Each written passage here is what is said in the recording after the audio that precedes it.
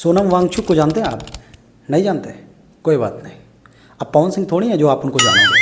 भाई 673 million views बहुत मायने रखता है। ऐसे एक वीडियो से उनको लगभग देश की आधे से ज़्यादा आबादी जान गई। बात तो सही है। बहरहाल मैं तो आपको बताता हूँ कि सोनम वांगचुक कौन है। 3 इडियट्स मूवी आप लोगों ने देखी होगी। उसका जो मेन किरदार है रेंचो या फिर रणछोड़ दास छामल दास छांचल या फिर फुंगसुक वांगडू, ये तीनों नाम एक ही कैरेक्टर के थे जिसको आमिर खान ने प्ले किया है इस मूवी में। ये मूवी जिस पे फिल्माई गई है, जिसके ऊपर ये मूवी बनाई गई है, उन्हीं का नाम है सोनम वांगचुक, जो कि एक बहुत बड़े इन्वेंटर है, बहुत बड़े वैज्ञानिक हैं।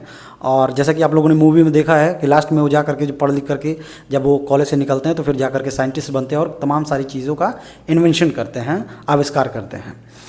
तो ये लद्दाख के रहने वाले हैं और इनकी बात मैं क्यों कर रहा हूँ, आप में से शायद कुछ लोग जानते होंगे, कुछ लोग नहीं जानते होंगे। तो मैं आपको बता दूं कि हमारी सरकार ने इनको जेल भेज दिया है। इनके ऊपर NSA लगा करके जेल भेज दिया गया है। अब ये NSA कानून क्या होता है, NSA कानून क्या होता है, नेशनल सिक्योरिटी एक्ट, ये क्या चीज़ होता है, थोड़ा सा मैं इसको बता दूं आपको कि जो लोग देश में दंगा भड़काते हैं, दंगा भड़काने का काम करते हैं या फिर देश विरोधी गतिविधि में संलिप्त पाया जाता है, उनके ऊपर ये कानून लगा करके उनको जेल भेजा जाता है। थोड़ा सा एक कहानी के जरिए मैं बताऊं इस कानून के बारे में तो आपको ज़्यादा समझ में आएगा। जैसे कि मान लीजिए एक कोई शहर है, लखनऊ मान लेते हैं, हमारे उत्तर प्रदेश का शहर है, राजधानी है। लखनऊ वालों दिल पे मत लेना।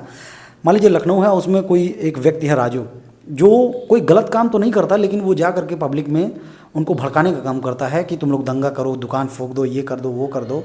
अब यहाँ पे पुलिस के सामने एक बड़ी समस्या ये है कि वो उसको गिरफ्तार नहीं कर सकते। वो कोई जुर्म नहीं कर रहा है जिसको सबूत बना करके उसको जेल भेजा जा सके। ऐसे में वहाँ पे काम आती है NSA।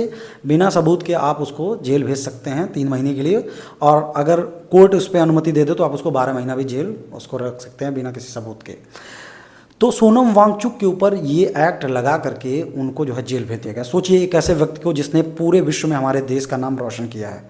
आपको बहुत जानकारी के लिए बता दूं, उनको अभी 2018 में एशिया का सबसे बड़ा पुरस्कार रमन मैग्सेसे अवार्ड से सम्मानित किया गया है।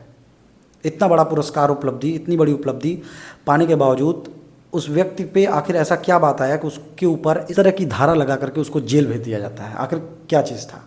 तो यहाँ पे मैं बताना चाहूँगा कि सोनम वांगचुक लद्दाख की मांग को लेकर के प्रोटेस्ट कर रहे थे, आंदोलन कर रहे थे। अब यहाँ आंदोलन से गलत मतलब मत निकाल लेना। आंदोलन से मतलब लोगों को यही दिमाग में आ जाता है कि बहुत ज़्यादा भीषण आंदोलन और उग्र आंदोलन प्रदर्शन कर रहे थे। ऐसा कुछ नहीं था।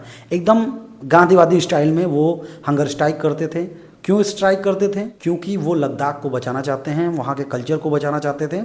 और ये कोई ऐसे उसकी मांग नहीं थी, इसको बाकायदा वहाँ की सरकार ने, जो इस समय बीजेपी की गवर्नमेंट है, उसने बाकायदा अपने मैनिफेस्टो में ये जारी किया था कि अगर हमारी सरकार आएगी तो हम लद्दाख की इस मांग को पूरा करेंगे, जिसमें से लद्दाख को पूर्ण राज्य का दर्जा और लद्दाख को 6 शेड्यूल में शामिल करने की मांग थी। इन्हीं 2-4 मांगों के साथ ये प्रोटेस्ट कई सालों से चल रहा था, लगभग 5 साल से ये प्रोटेस्ट चल रहा था। और कई लोग मिल करके इस प्रोटेस्ट को कर रहे थे। कई लोग हंगर स्ट्राइक पे सैकड़ों लोग एक साथ बैठ रहे थे। और इसमें एक प्रोटेस्ट तो ऐसा भी था कि इन्होंने लद्दाख से लेकर के दिल्ली तक पैदल यात्रा की, लेकिन तब भी सरकार ने इनके ऊपर ध्यान नहीं दिया, इनकी सुध नहीं ली। ऐसे में ये कई बार प्रोटेस्ट कर चुके, कई बार हंगर स्ट्राइक कर चुके। अभी रिसेंटली इन्होंने जो हंगर स्ट्राइक किया है, इनके साथ कई तमाम लोग और थे जो हंगर स्ट्राइक पे बैठे हुए थे, और उनमें से 2 लोगों की तबीयत बहुत ज़्यादा ख़राब हो गई, जिसको आनंद फानन में उन दोनों को अस्पताल में भर्ती कराया गया। ये चीज़ देख करके वहाँ के लोग भड़क गए और उन्होंने उग्र आंदोलन करना शुरू कर दिया, जिसमें आई थिंक 2 लोगों की जान भी गई है। तो इसी को लेकर के इनको जेल में भेज दिया गया। मतलब इतने 5 साल से वो लोग लगातार आंदोलन कर रहे थे। 21 दिनों के हंगर स्ट्राइक पे सोनम वांगचुक बैठे रहते थे। सोचिए, बताइए 21 दिन बिना खाना खाए कोई व्यक्ति कैसे रह सकता है? लद्दाख को बचाने के लिए इतना बड़ा प्रोटेस्ट कर रहा था। तो तब तो सरकार ने इनका जो है आवाज़ नहीं सुना, इनकी बातें नहीं सुनी। अब जब ये उग्र हो गए, जाहिर सी बात है इतने दिनों से अगर कोई मांग कर रहा है और जायज़ मांग कर रहा है और उसकी बात को नहीं सुना जाएगा तो वो निश्चित तौर पे उग्र होगा।